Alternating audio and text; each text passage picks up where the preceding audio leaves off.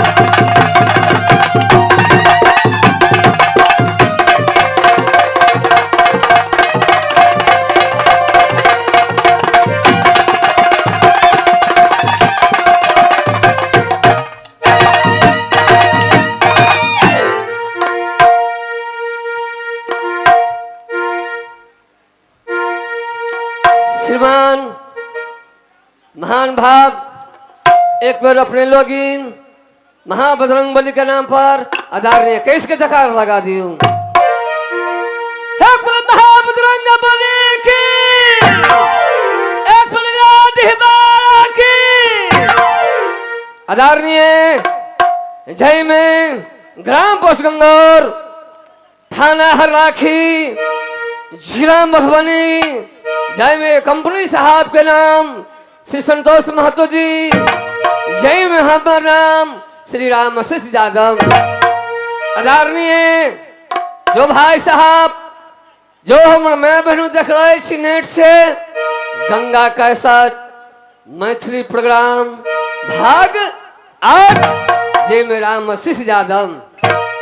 आदरणीय खेल अपनी कहां से देखा ले नागपुर शहर।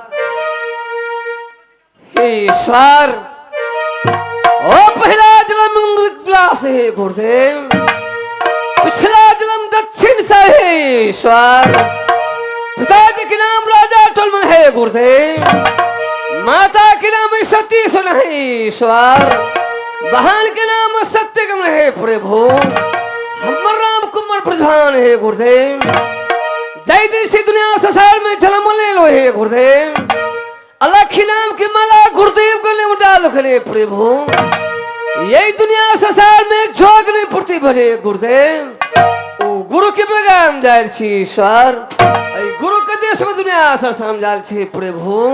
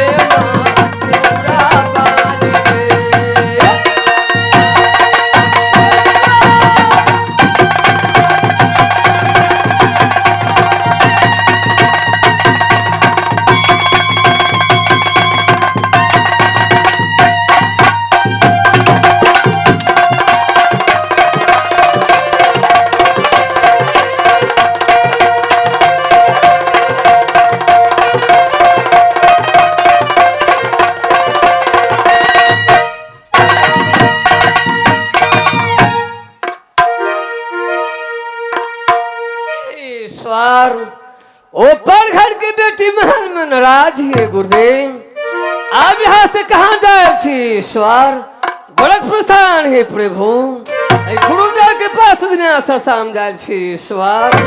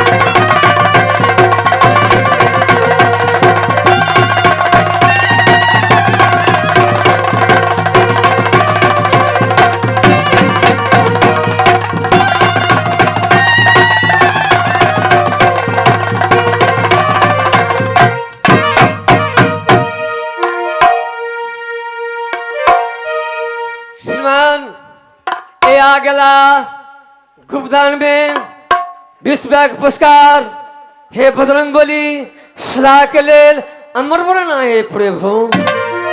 हे ईश्वर ये गोरखपुर स्थान है प्रभु, गुरुदेव अपने ध्यान में है ईश्वर।